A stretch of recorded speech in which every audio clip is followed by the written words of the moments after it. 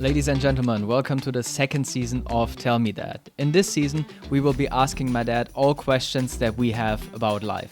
These can be questions about career, personal development, or relationships, or whatever we can think of. So if you're interested in what my dad has to share this time, then stay tuned. Hello, Dad. Hello, my son. How are you today? I'm good. How are you? Alrighty. I'm looking forward to next Friday when I come to see you, Yep. and we're gonna have dinner at the Hard Rock Cafe, Dublin. Yeah, right. Yeah. Right, yeah. Well, I'm looking forward to that. Last time we went there was great.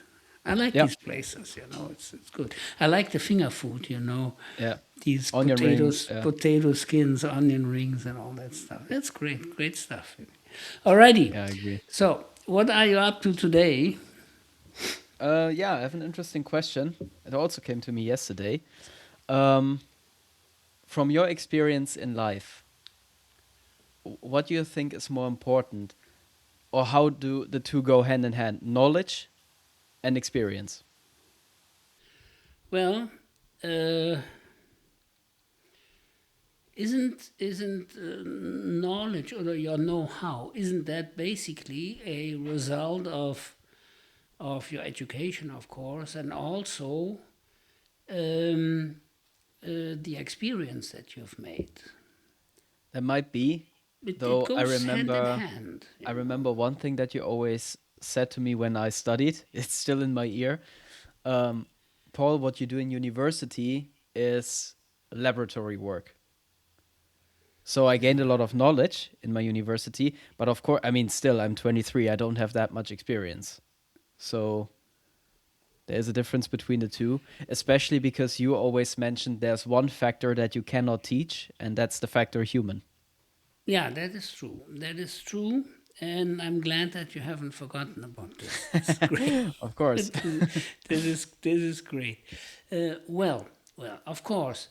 Um, if you want to, if your focus is on machine tool business or aircraft or whatever, or the automotive industry, it doesn't make sense that you study medicine.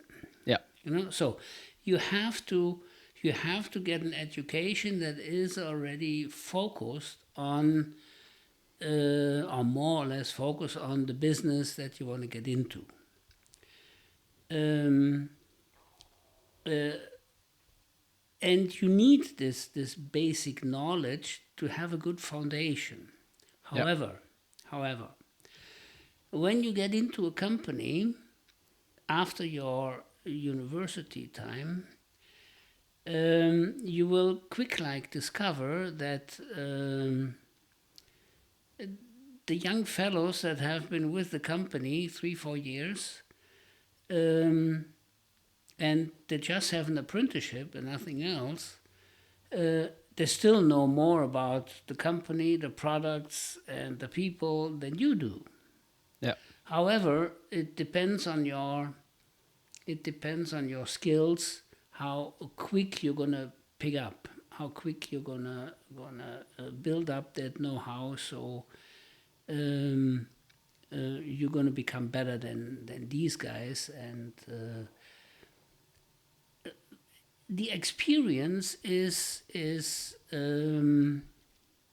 important, especially when it comes to, let's say, when it comes to jobs where you use your hands. For instance, a mechanic or a baker even, or bricklayer. I mean, without the experience that they have, they wouldn't do a good job. But if you want to go further, it requires more. I always say that a good education, a good education is important as a foundation, and then it depends on your personality, on your skills, on your willingness to become proactive and not reactive.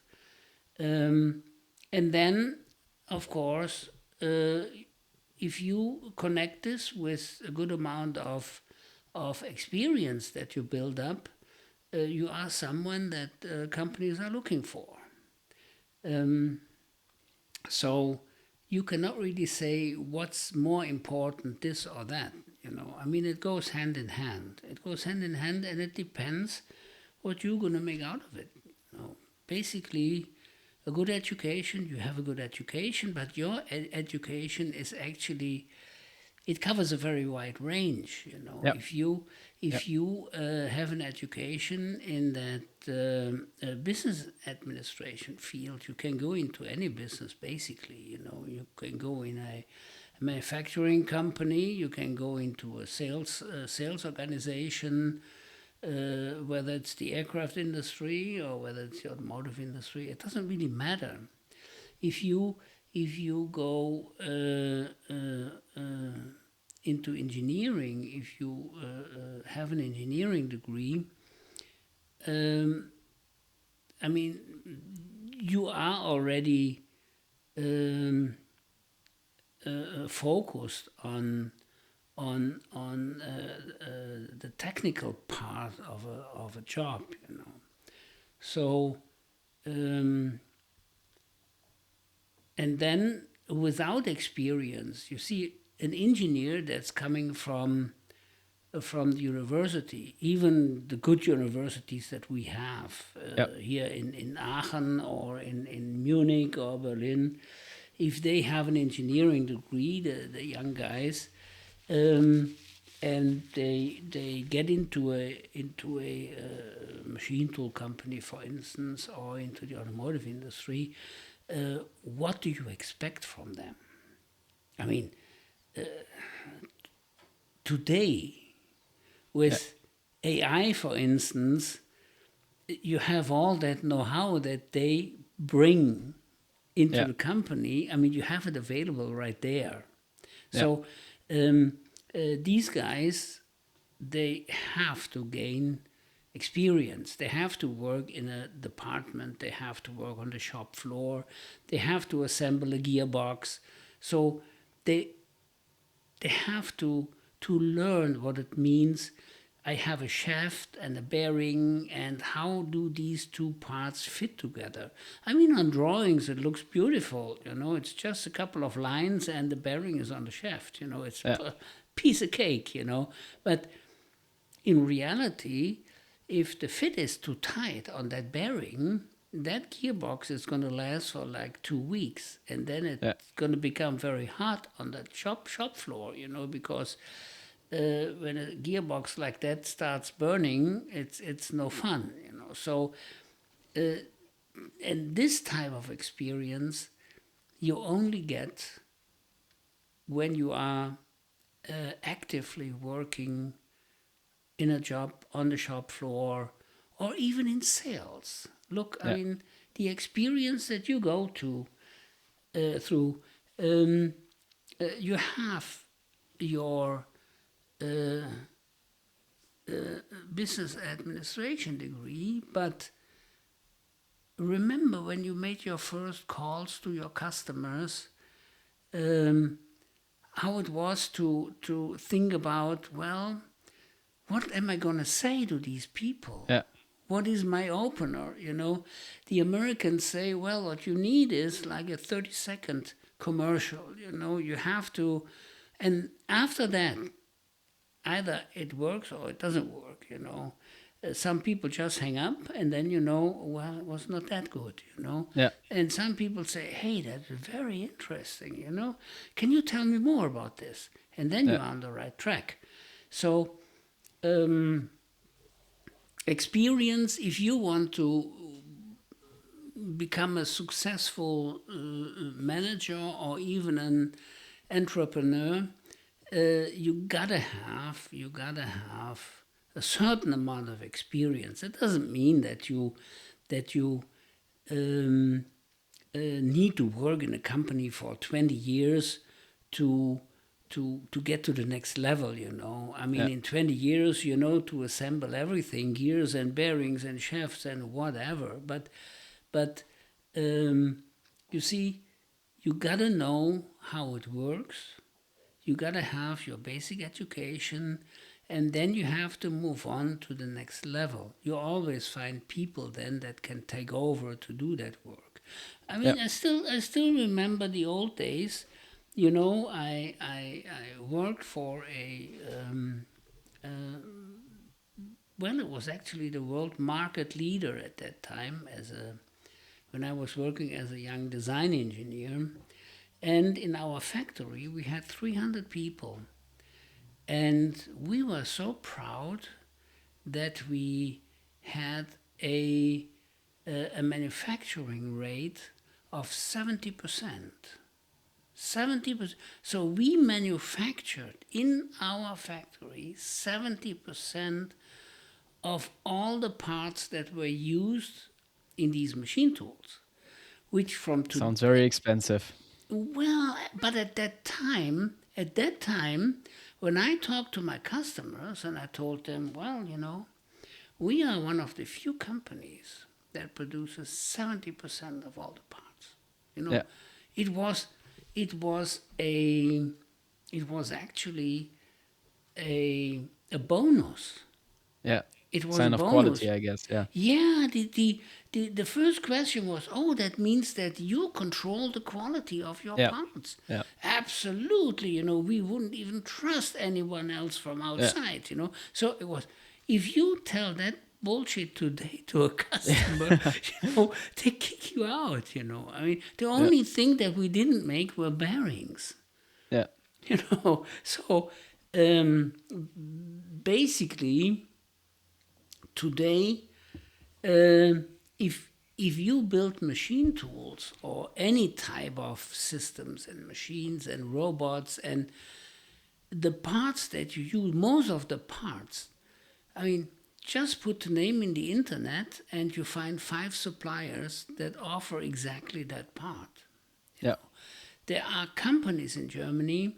One is company Norelem, the other one is Ganter. Um, any any item that you need in that machine business, they have it.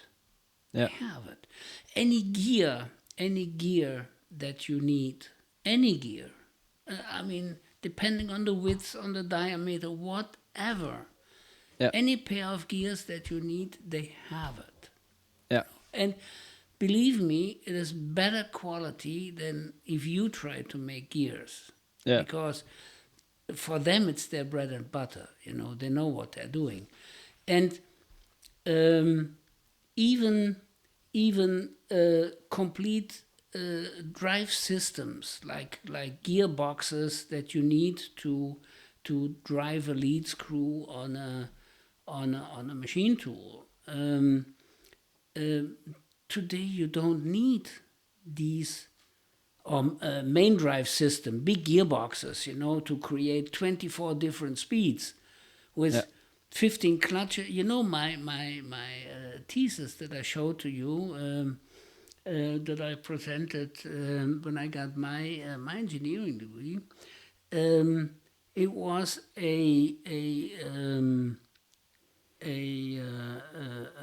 main drive system for a vertical turning machine that had, it was actually already state of the art technology, because I used only was 6 gears and 5 clutches to create in 3 ranges, to have a stepless Yeah. speed range, because I had a DC drive connected to that, but that had only a limited range of variable speed.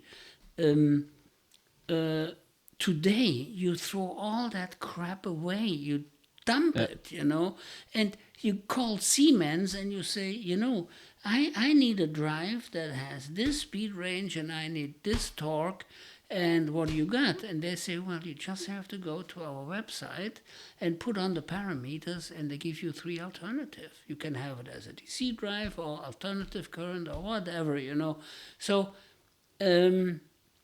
even if you need a wider range, we have little gearboxes with a 1-to-2 ratio that you can put in front, and so on and so on and so on. You don't need to make that anymore. So Yeah. all this experience that I gained Yeah. designing this stuff is worthless. Is Yeah. worthless, you know. So um, that means experience, yes, to get started.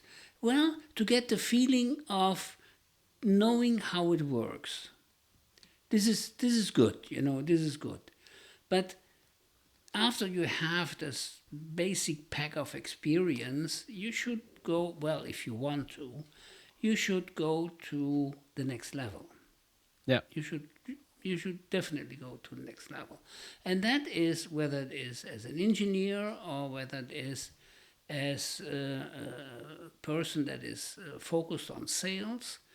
Um, yes, you need that experience. You have to talk to people uh, to get that feeling, you know, how they react. And well, I always said in my life, every sales meeting that I had, every single one was different. Yeah. I never prepared myself. Well, when I Yeah. was on a certain level, I never prepared myself for a sales meeting, because Yeah. whatever you are preparing, you're going to dump it after the first 20 seconds.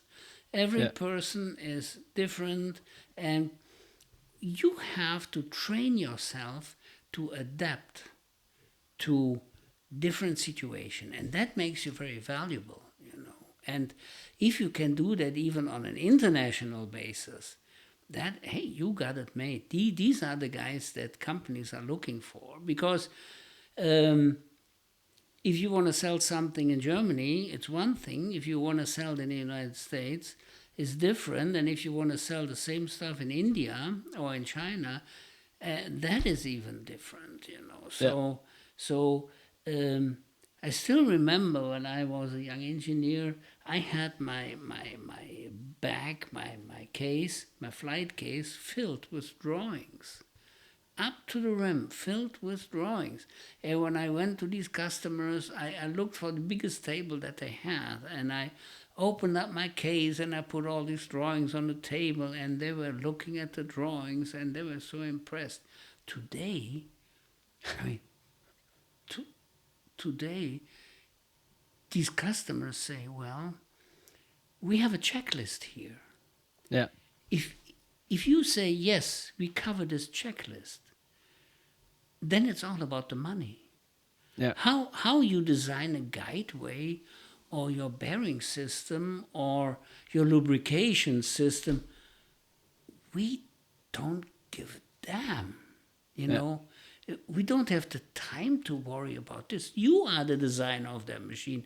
Take your checklist, Yeah. cover it. And when you say, well, but we offer even more than your checklist, then they say, well, that is a big problem for you. Yeah. because Yeah. because anything better than good enough Yeah. is too expensive. So Yeah. go home, check that checklist, send us a quotation that covers exactly the checklist, put your best price underneath, and then the rest you're going to discuss with our manager of material procurement, um, and that will be in 2 or 3 weeks. So Yeah. it's so different, you know, so different. Why? Because products are, in most cases, products are very much alike.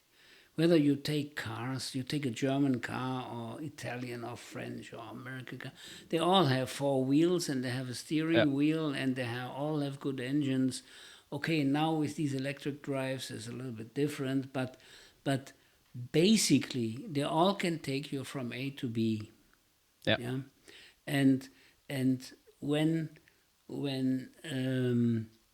people pay 100,000 euros instead of 50,000 euros, it's mostly it's because of their preference, because Yeah. they want to have a Mercedes Benz or they want to have a BMW, and then they kind of lie to themselves and say, well, it's better quality, you know. That's all bullshit, you know. Look at Volkswagen Golf, great car, it's a Yeah. piece of quality. Well, the engines are made in China. You know, they have a big factory. Volkswagen has a big factory in China. They are making the engines for these cars, and and people are still under the impression that the car is completely made, everything is made in Wolfsburg, Germany. Yeah. Bullshit. The It's not. seats are probably coming from Spain. The gearbox is coming from I don't know what, from Poland, and the engine from China. Of course, they put that together here because otherwise they could not call the German car. But things are becoming more and more alike. So, back to your question. Education you can only get up to a certain point. Yeah. After that, it depends on you, your skills, your willingness, your personality, the experience that you make. And again, today, it's to get experience goes much quicker than it was like 40, 50 years ago. You Yeah. know, when you wanted to make a career in a machine tool company 40 years ago, you had to be with the company at least 10, 15, 20 years, you know. Look at, I mean, at that time, all the managing directors that I met, they were all like grandpas, you know. Yeah. They were 60 plus. And today it's totally the opposite. Today you Yeah. have young dynamic people, they have the education, they know what machine tools are, and they focus not on how that machine tool is designed, Yeah. because they say, well, it's designed according to my checklist, and that's it, you know. And I Yeah. trust these people that they built the right machine.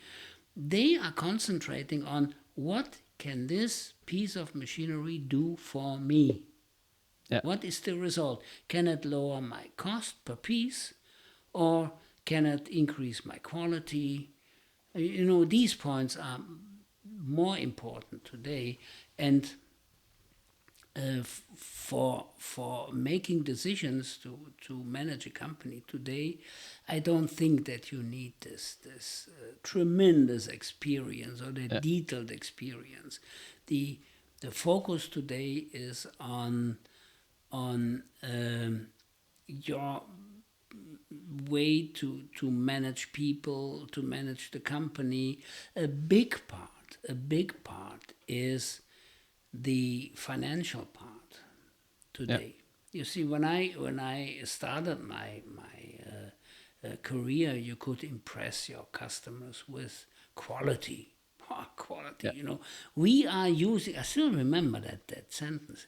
We are using a Favretto guideway grinding machine from Yeah. Italy.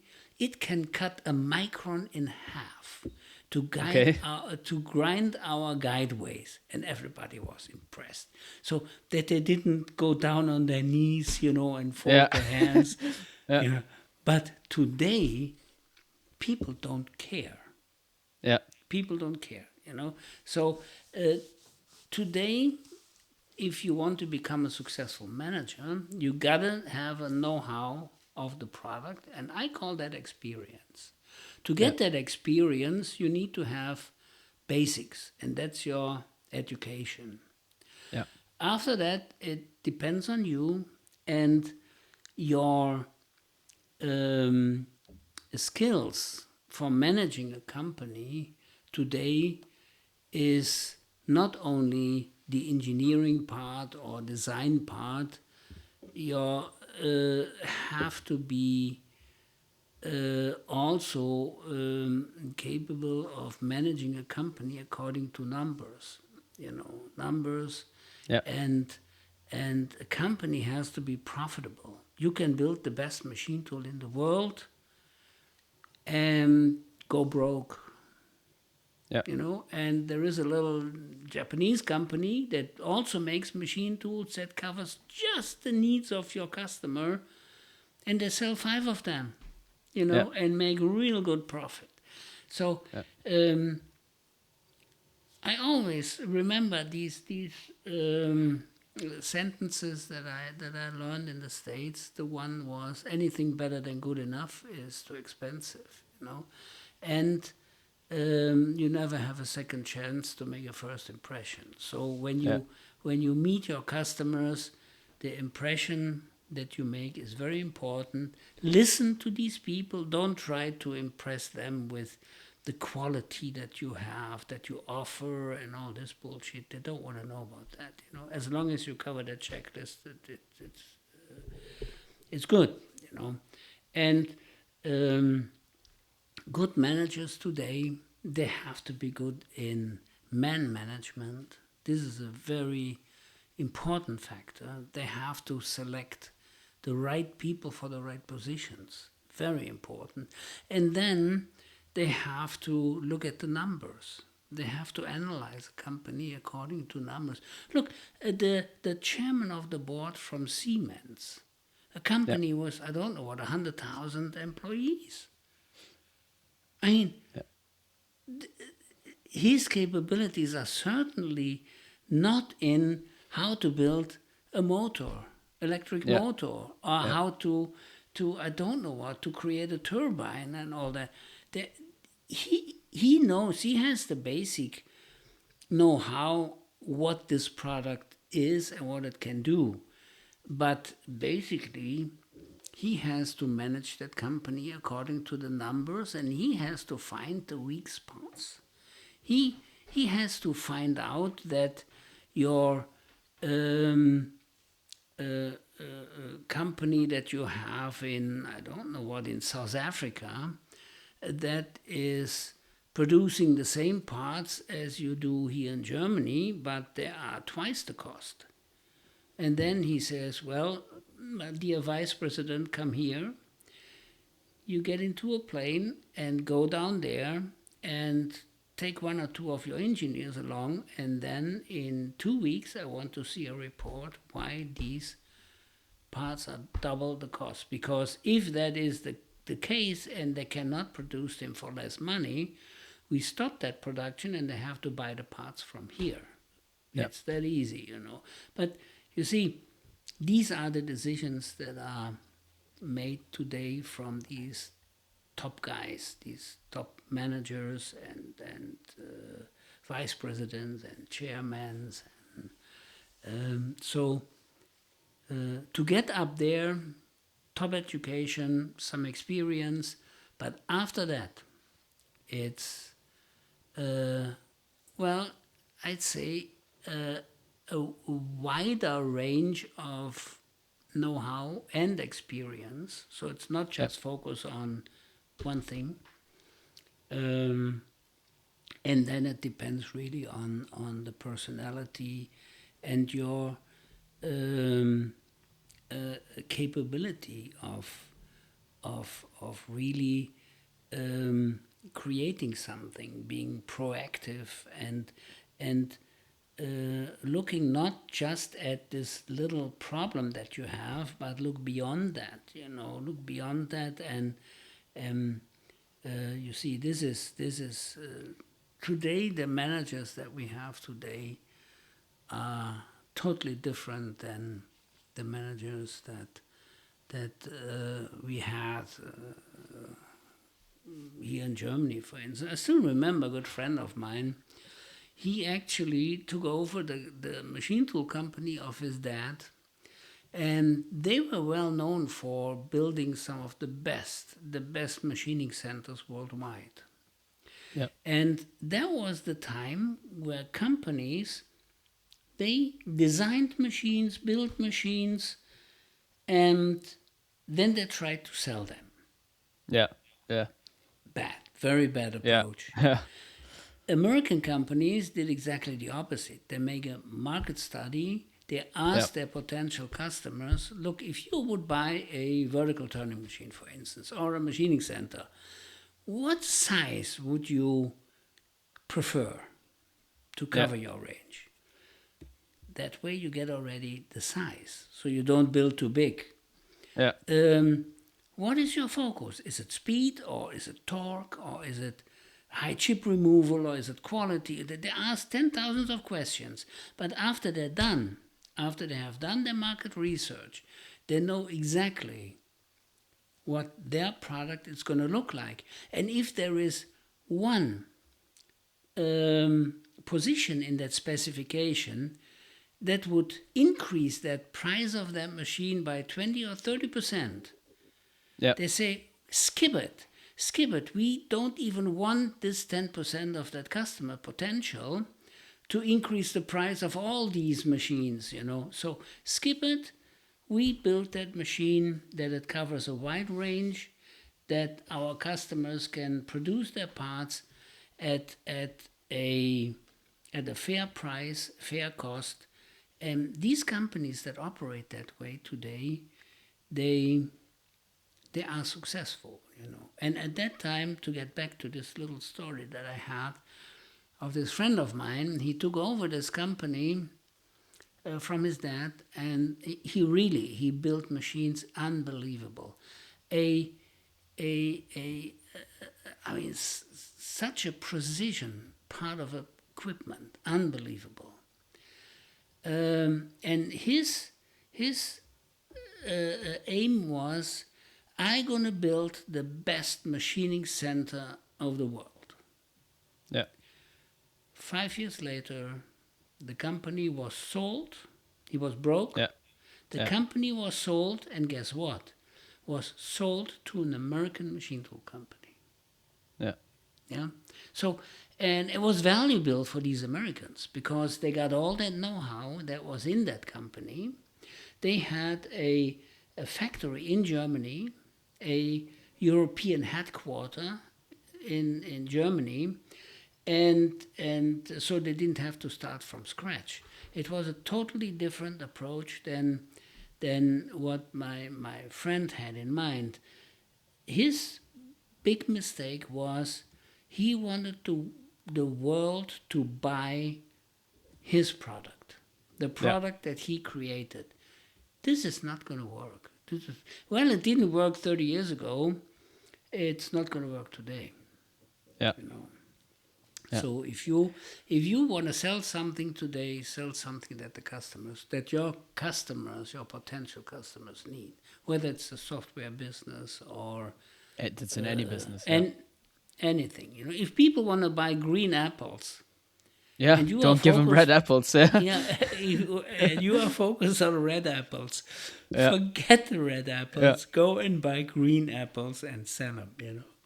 Yeah. That's it. One last question I have for today is, when you finished your education, what was the first point in your career when you realized, okay, the human factor, as you always taught me, is important. It's not only about, okay, who has the best knowledge or who's the best engineer, in your case, human factor. The human factor. That What was the first point when you realized? well, after my engineering degree, I started with this machine tool company, and my first job was as a design engineer in a it was a very big room with like 20 drawing boards, and the big boss, he went by every morning at 9 o'clock, and he looked what you were doing.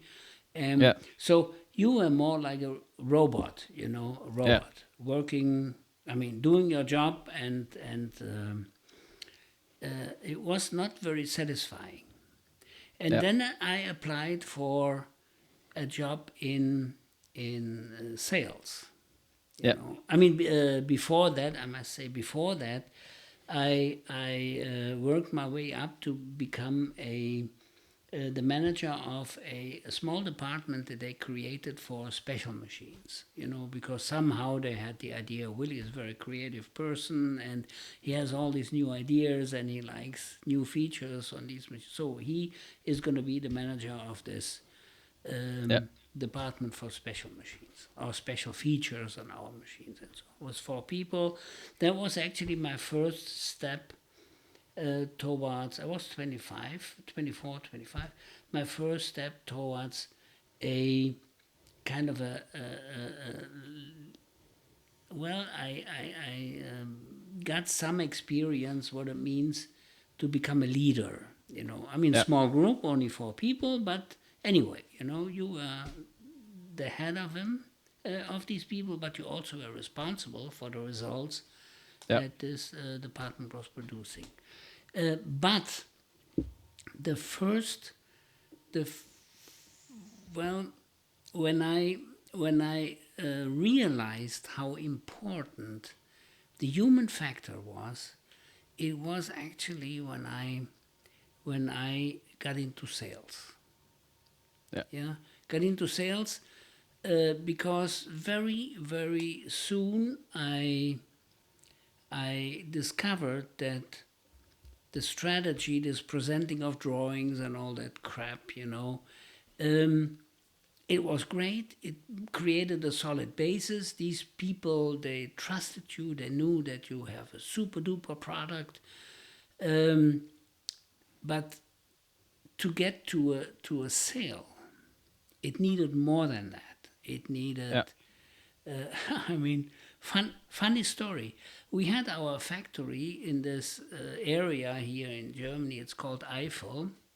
Yeah. It's like the Black Forest, It's real nice. Factory with 300 people, and in the village that was nearby, there was a great Italian restaurant. A Italian that I mean, he was the perfect chef. What he created, always fresh Yeah. food and fresh fish and all this. So whenever I had a very critical customer, we did our presentations, we worked through the shop floor, and I told him all that crap about our quality and all that. But always at 1 or 2 o'clock, we went for lunch. Yeah. And it was not just a little lunch, it was the best food that these people could think of. And you see, when I got first time these compliments, like, well, I've never had such good food in my life. It was just great. I hope we can do that again. Yeah. I knew I got it made. Or Yeah. when I had a problem with a machine tool during an acceptance test, when things didn't go so well and customer didn't have a good day, and it was a lot of vibes in the air, it's so I went with these guys to this restaurant, and in Yeah. the afternoon I got my approval for that machine. And so that was the first time that I noticed that it takes more than just facts and drawings and all that. Yeah. So, and when I got to the United States, I could really experience that firsthand. When you visit a customer and you want to sell something, you have to build up a relationship. Yeah. You have to build up a relationship. Whether you see these questions, well, how's the family doing? This is so important. Or um, did you improve your handicap in golfing? And he said, yeah, I got now 2 points better than last time. Yeah. It is so important for these people. Oh, hey, I saw you have a new car. You bought a Corvette, unbelievable. That's a great car. And they tell you, for 2 hours, they tell you about the car, and that they for 20 years they were dreaming about the car, and and then the other 10 minutes left of the time they place their order. So Yeah. it's all the human factor. The human factor is important.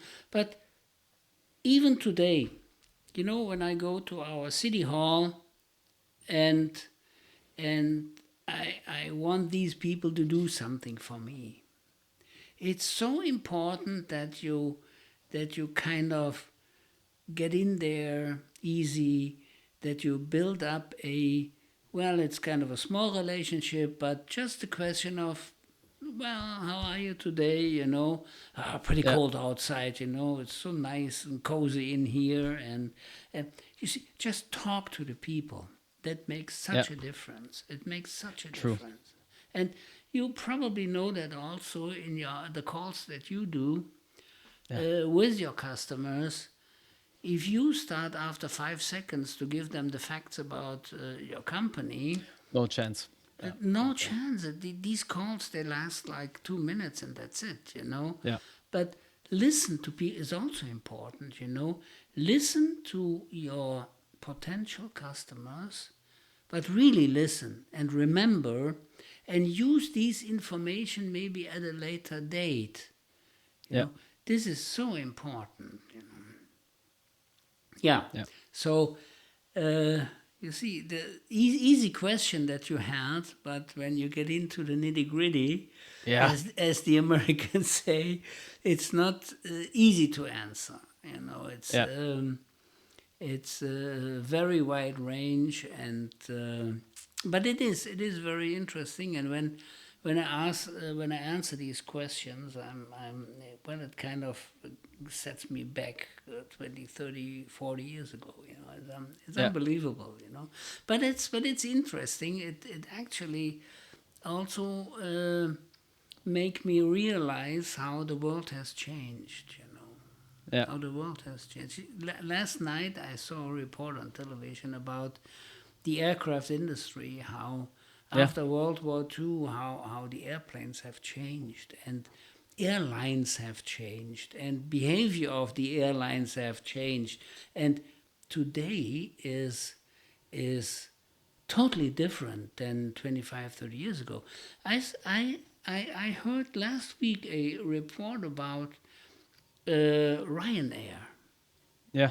Yeah, the founder of Yeah. Ryanair, he actually was, well, he started the company, and in the mid 90s, the company was not really in that good shape. But then I think his son-in-law, he took over the company, and and he made all these changes. Like, Yeah. well, he was actually in the beginning. He was thinking about seats and stand-up positions in the Yeah. airplane and all Yeah. that Yeah. crap. He still is actually. Yeah. Yeah, is that right? And Yeah. and about if someone has two suitcases, he has to pay for the second one and Yeah. all that. So he made a big change to his airline, became tremendous successful because that's what the market wanted. It's not what he was necessarily what he wanted to offer. It was a demand that was coming Yeah. from the market actually, and he changed that entire aircraft or airline business.